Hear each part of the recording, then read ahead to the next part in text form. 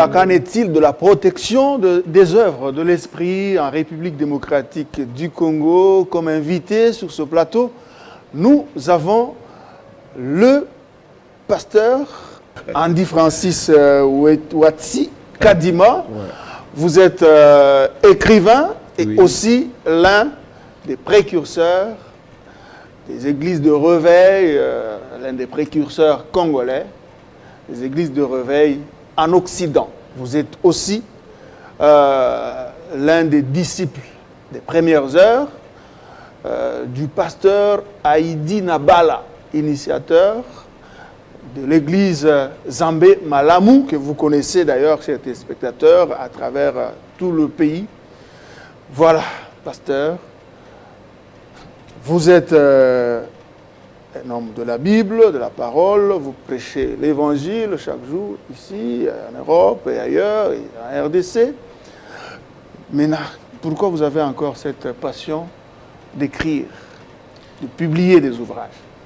Merci beaucoup pour cette question. J'aimerais répondre déjà en disant, à travers les Écritures, dans Daniel chapitre 12, 3, la Bible dit, dans les derniers jours, la connaissance augmentera. Et Osée va nous dire encore quelque chose de plus important, mon peuple périt par manque de connaissance. Et quand nous lisons dans la prière sacerdotale, c'est Jésus qui prie, hein. Il dit, Père, car le royaume des cieux sait qu'ils te connaissent. Donc, connaître, c'est quelque chose de très important, et surtout dans notre tradition ici, nous lançons l'appel à tous nos frères en disant que le temps de la tradition aura le passé. Maintenant, il faut mettre tout sur écrit de façon à ce que la génération future qui viendra puisse vraiment trouver des choses écrites. Sinon, ils vont commencer à chercher, à fouiner à gauche, à droite, et il n'y aura pas de support écrit, et c'est un danger. Et c'est ce qui m'est monté à l'esprit de pouvoir imprimer ces 5 livres déjà, mais il y en a le 6e qui est à l'imprimerie, afin de pouvoir laisser des traces. Quand je suis arrivé ici, j'ai appelé mes aïeux, les pères des pères de ma famille, pour demander quel était notre arbre généalogique. Et là, ils sont en train de monter quelque chose subliminal, parce qu'ils sont remontés même au XIVe siècle. J'ai dit gloire à Dieu, je pourrais dans les jours à venir l'imprimer et laisser quelque chose de consistant pour nos enfants, arrière-petits-enfants. Est-ce que vous sentez que les œuvres de l'esprit que vous êtes en train de produire, les ouvrages que vous êtes en train de produire, ça vous procure quand même, ça vous permet de vivre? Nous n'écrivons pas par esprit Sur le plan financier, matériel, on achète quand même vos ouvrages? En fait, c'est pas ça le but premier. Le but premier, c'est de laisser quelque chose, c'est de transmettre, c'est de communiquer. C'est ça qui est très important. Et suivi matériel, il n'y a pas de problème après. Mais il faut dire qu'à part ce travail d'écrivain, je suis informaticien de formation et gestionnaire de sociétés. Donc, il y a vraiment d'autres moyens de pouvoir vivre que de compter sur les écrits. Donc, vous financez seul? Nous les finançons parce que nous avons aujourd'hui une maison d'édition. D'ailleurs, j'appelle notre peuple ici au Congo, ceux qui ont des fichiers numériques, ceux qui veulent qu'un jour, ce qu'ils ont écrit, ou même leur passage sur terre soit écrit dans un livre, nous sommes prêts à les aider pour pouvoir mettre ça sur un support en papier. Voilà, vous avez publié un ouvrage important, que j'ai jugé important, de par son titre, on voit Des larmes patriotiques de Patrice Emery Lumumba. Aux paroles de déluge du maréchal Mobutu. Qu'est-ce que vous avez voulu insinuer par là? En fait, là, j'ai pensé à notre grand pays, vaste Congo, qui depuis, je dirais depuis des siècles, subit des fluctuations dans tous les sens. Et je suis rentré dans le domaine spirituel pour voir que nous avons conclu plusieurs mariages entre certains membres de nos églises. Et nous avons vu qu'après quelques temps, ces mariages vraiment finissaient mal par des divorces. Et là, dans un domaine spirituel, je me suis dit, mais qu'est-ce qui est vraiment à la base de ces problèmes? Et à peu près 75%, nous avons vu que bien des fois on mariait des femmes ou des hommes et qui avaient l'esprit des maris de nuit. Une personne qui a l'esprit des maris de nuit, vous pouvez le marier aujourd'hui, mais c'est un mariage voué à l'échec. Parce que ce sont des esprits impurs, méchants, qui vont commencer à attaquer ou soit l'homme ou soit la femme. Et j'ai considéré cela à partir du Congo. voyant que ces grands pays plein de richesses, mais qui restent encore au niveau rudimentaire. Nous vivons ici encore comme si nous étions à l'âge de la pierre taillée. Et c'est difficile de concevoir cela. Quand je marche dans les rues, ça me fait mal. C'était donc à partir de là que j'ai pensé à ces vastes pays en disant, mais quelles seraient peut-être les paroles qui ont été dites sur ces Congos avant la colonisation, pendant la colonisation et après la colonisation. C'est ainsi que j'ai trouvé que nos premiers rois, nos chefs, ils ont été livrés par exemple à l'homme blanc quand ils sont arrivés, et ces gens quand ils étaient livrés, c'était pas qu'on les prenait de force, des fois c'était même les propres fils des pays qui les livraient. Nous voyons l'exemple, je prends les cas de Lumumba, quand Lumumba est enchaîné pour amener par exemple au Katanga, c'est pas les Blancs qui sont en train de les lier, c'est les Congolais qui les lient. Quand Kimbangu est livré aussi pour aller à sa dernière demeure, c'est toujours les Congolais qui étaient là et en train de les lier pour l'envoyer dans cette deuxième phase de la vie. Donc j'ai compris qu'il y a beaucoup de choses que nos anciens, nos chefs avaient peut-être dit, avaient peut-être pensé, des paroles qui avaient été déposées sur les pays et qu'il y a moyen de réparer cela. Et j'ai comparé cela à Saül. Quand Saül est devenu roi, Samuel va lui dire de repasser par les tombeaux de Rachel qui était son aïeul afin de pouvoir changer les paroles négatives que Rachel avait déposées sur la nation d'Israël en paroles positives. Et Saül retournera donc par les tombeaux de Rachel et là, il va commencer à prophétiser. Et c'est ce que nous avons essayé de mettre ces papiers dans ce livre en disant, mais Lumumba est mort, Kimbangu est mort. Mobutu est parti en disant, après moi c'est le déluge. Ce sont des paroles de malédiction, ce ne sont pas des paroles de bénédiction. Et nous, en tant que les hommes d'église, il y a un travail spirituel que nous pouvons faire pour amener ces pays dans une autre dimension spirituelle où nous pouvons casser en fait ces paroles négatives. Pour vous, vous êtes convaincu. C'est vous qui avez analysé en tant qu'homme ou bien vous avez eu une révélation par rapport à ça pour dire que non, quand Lumumba a été livré par ses frères, il s'est lamenté, il a sorti des paroles. Et quand Kimbangu aussi a été tué, il a sorti des paroles et ces paroles sont restées comme une barrière à l'avancement du pays. En fait, il y a une dimension toujours d'intelligence humaine qui agit et à travers la révélation que Dieu nous donne. Vous savez, Dieu peut vous parler, mais Dieu ne vous donne pas les mots. Nous voyons l'exemple de Jean le Baptiste. Quand il parle aux enfants d'Israël, il dit « Répentez-vous, race de vipères », mais c'est parce qu'il vivait dans le désert, qu'il voyait le serpent qui ne pouvait pas se convertir. Le serpent, il reste le serpent même quand il change de peau. Donc, Dieu nous donne la révélation, mais les mots, c'est nous qui les trouvons pour communiquer. C'est à quoi nous voulons parler. Donc, j'ai reçu de la part de Dieu une illumination pour comprendre qu'il peut y avoir des paroles négatives. Vous savez, Paul Panda, c'est le premier universitaire de notre pays qui est venu de l'Europe. Mais ici, quand vous lisez son histoire, vous verrez que cet homme revendiquait, il voulait l'état de droit, mais il a été empoisonné par qui? C'est par sa propre famille. Et vous pensez que cet homme, en mourant, il partait avec joie en disant « Oui, on m'a empoisonné, gloire à Dieu ». Non. C'est avec amertume dans l'âme. Et un homme qui part comme ça avec l'amertume dans l'âme, il ne laisse pas de bénédiction. Nous le voyons même dans nos familles. Quand tu as fait du mal à ton père et qu'il pleure, à cause de toi, je suis en train de mourir, mais tu es un enfant voué à l'échec. Donc il y a moyen de réparer toute parole négative, mais dans une dimension spirituelle. Comment le faire? J'ai vu, vous aviez initié une prière pour libérer, selon vous, le pays de ces malédictions, comme vous l'avez insinué dans votre ouvrage et sur ce plateau. Vous avez mis ça dans ce livre. Vous avez exprimé le vœu de voir ce pays se réunir, que les fils et filles de ce pays se mettent ensemble pour une grande prière en présence de son président actuel, en vue de libérer, de prier, d'implorer la grâce de Dieu, tout ça, pour libérer ce pays de ce que vous avez appelé malédiction. Bon, vous avez évoqué ça parce que votre ouvrage a été publié, je crois, en juin. Non, en mai. En mai, mais la prière s'est déroulée au mois de juin. Le 23 juin au stade des martyrs, en votre absence. Oui. Qu'est-ce qui s'est passé? En fait, je pense qu'il y a perte de communication. Perte de communication, c'est-à-dire qu'il n'y a pas de ponts réels qui peuvent acheminer une idée jusqu'au récipiendaire. J'avais parlé avec quelques amis qui sont proches du président Félix. Et c'est depuis le mois de janvier en leur disant voilà comment nous pouvons procéder parce que je l'ai déjà mis sur écrit. Et les livres reprend vraiment des étapes cruciales de ce qui devait être fait, c'est-à-dire passer d'abord par la réconciliation nationale. Nous avons plus de 400 ethnies ici dans la République démocratique du Congo. Il ne s'agit pas d'appeler tous les 400 ethnies ensemble, mais ne fût-ce que les représentativités, 2-3 personnes dans chaque tribu, parler ensemble et se pardonner mutuellement. C'est une étape très importante pour l'unité de notre pays. Et deuxième partie, c'était de ramener les corps du président Mobutu, lui qui a laissé des paroles d'élige en présence de sa famille et appeler des hommes de Dieu pour faire la prière afin d'échanger ces paroles négatives en paroles positives.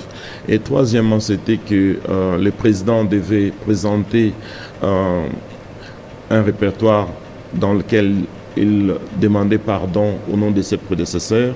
Et puis en quatrième partie, c'était que les hommes de Dieu qui seraient là au préalable avaient gêné au moins une semaine. Ils prenaient la parole pour pouvoir en tout cas décréter ou changer ces paroles de malédiction. Donc il y avait des étapes. Et Dieu, c'est un Dieu de processus. Quand le processus n'est pas respecté, Dieu n'est pas dans le résultat. Nous pouvons voir cela à travers les livres de Matthieu. D'ailleurs, quand Jésus parle, il dit, au dernier jour, beaucoup de gens me diront, j'ai chassé les démons, c'est le résultat. Mais le Seigneur dira, je ne vous ai jamais connu parce qu'à travers le processus de leur vie terrestre, rien n'avait été respecté. Donc, Dieu est dans les processus.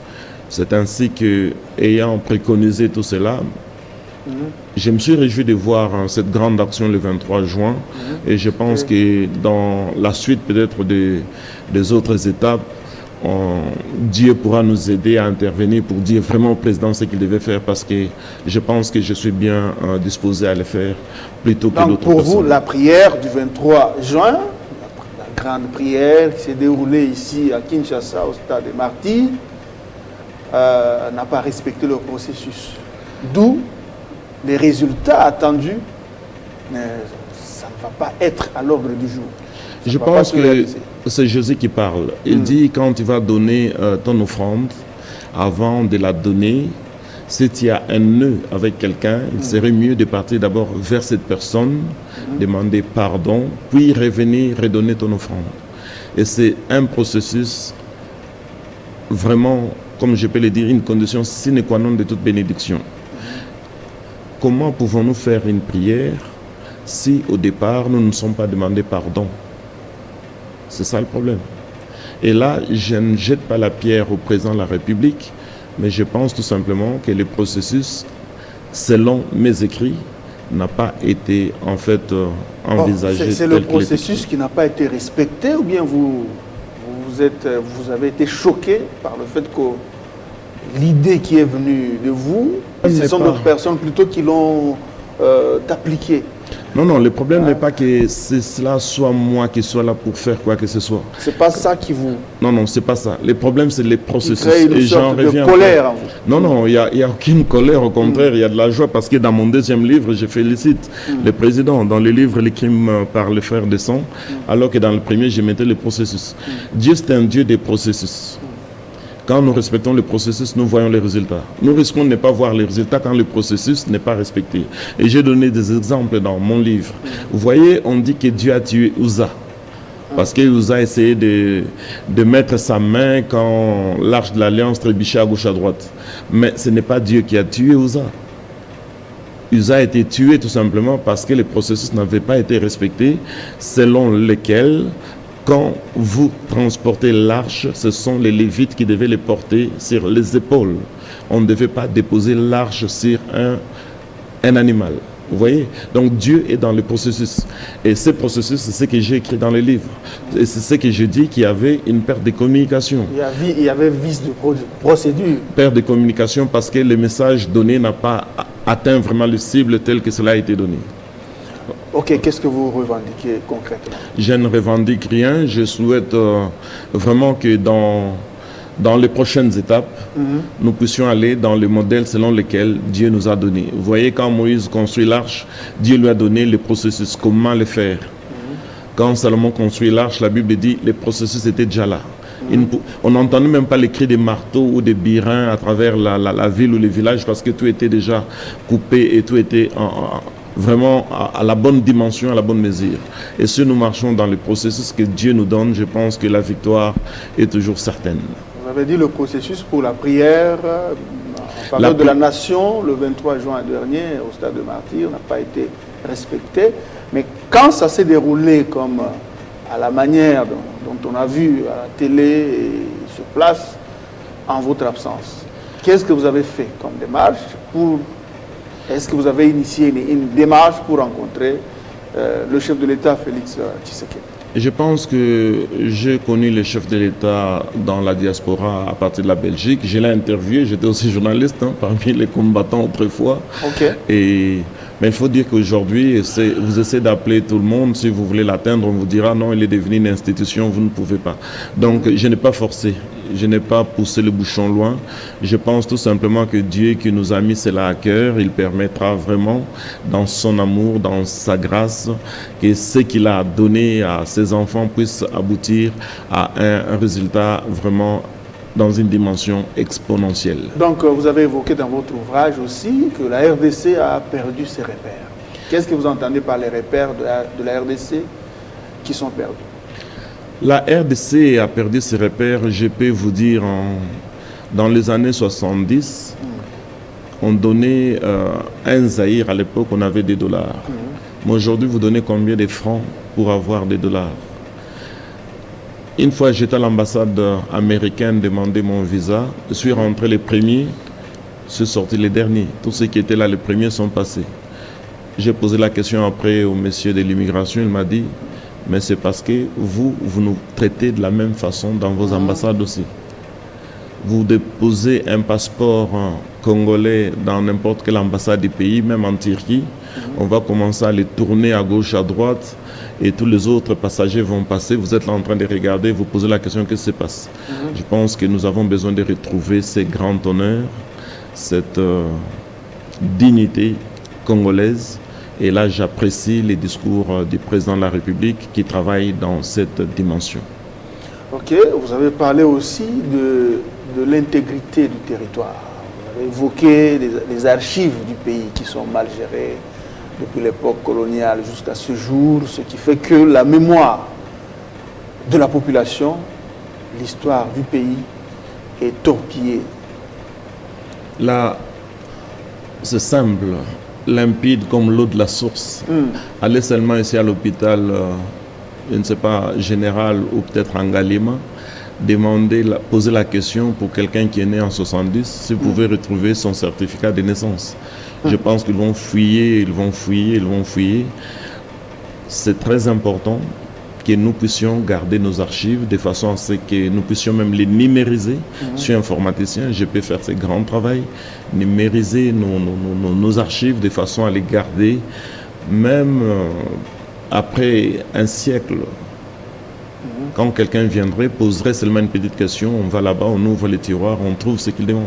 Mais aujourd'hui, je ne pense pas que vous pouvez aller ici à l'hôpital général ou Ngalema demander une petite attestation de naissance ou aller dans une école. D'ailleurs, les écoles, pouvez-vous me dire si nos écoles primaires ici à Kinshasa ont des dépôts d'archives? Déjà, les classes n'ont pas de porte. Vous entrez là, c'est des mamans qui vendent des beignets. Et les soirs, c'est des gens qui viennent dormir dans les écoles. Et à moins de se poser des questions, si vous y allez et que vous posez la question, si on peut trouver votre bulletin. Moi, j'ai étudié à l'Athénée de Lemba dans les années 72. Je ne pense pas que si je vais là aujourd'hui, je demande mon bulletin, on va me le donner. Il n'y en aura pas. Ok, pasteur Andy, merci d'avoir accepté notre invitation. Merci beaucoup. J'aimerais présenter donc mes 5 livres. Là, c'est les crimes par le fer de sang. Et dans ce livre-là, je félicite même le président de la République pour cette action du 23 juin, même si les processus, selon mon premier livre, n'avaient pas été respectés. Et les paradigmes d'une vie communautaire, ici, je démontre, c'était un bouquin scientifique dans lequel je démontre qu'une génération... Rapidement, parce que nous sommes déjà donc ici, on peut voir un vieux et un jeune habiter ensemble et vivre ensemble afin de briser l'isolement. Et je crois qu'ici au Congo, c'est un travail qui devrait vraiment être fait pour pouvoir encadrer nos vieillards. Sinon, on les laisserait là-bas mourir dans la rue. La beauté de l'art de marcher derrière son leader, c'est un livre recommandable à tous ceux qui sont mentors d'une organisation. Il y a des principes pour suivre un mentor et marcher derrière lui. Et le 7e livre, la 7e dimension de la révélation de notre parent rédempteur Jésus-Christ. Et tous ces livres, j'aimerais les offrir au boss, Jean-Marie Kassamba, ainsi qu'à son adjoint, Madame Angèle, vraiment avec beaucoup de respect. Merci beaucoup. Ça va, merci. Je crois on va transmettre, on va remettre ces ouvrages pour quand même encourager le comité de gestion de l'espace 50 pour le travail de qualité. C'est un travail de qualité parce que nous qui sommes dans la diaspora, nous qui sommes en Belgique, quand nous regardons Télé 50, l'image et les messages est donné clairement et nous apprécions. C'est un travail fabuleux, je pense vraiment vous encourager, vous dire allez de l'avant, on vous soutient. Merci, merci. Je pense que Jean-Marie Kassamba et son adjoint Angèle Kanam et tout le comité de gestion sont en train de nous suivre et ont bien reçu vos compliments, sans oublier tout le personnel de l'espace 50. Merci beaucoup. Merci également à vous, chers téléspectateurs, de nous avoir renouvelé votre confiance, votre attachement. Restez toujours scotchés au programme de votre télévision Télé 50. Au revoir.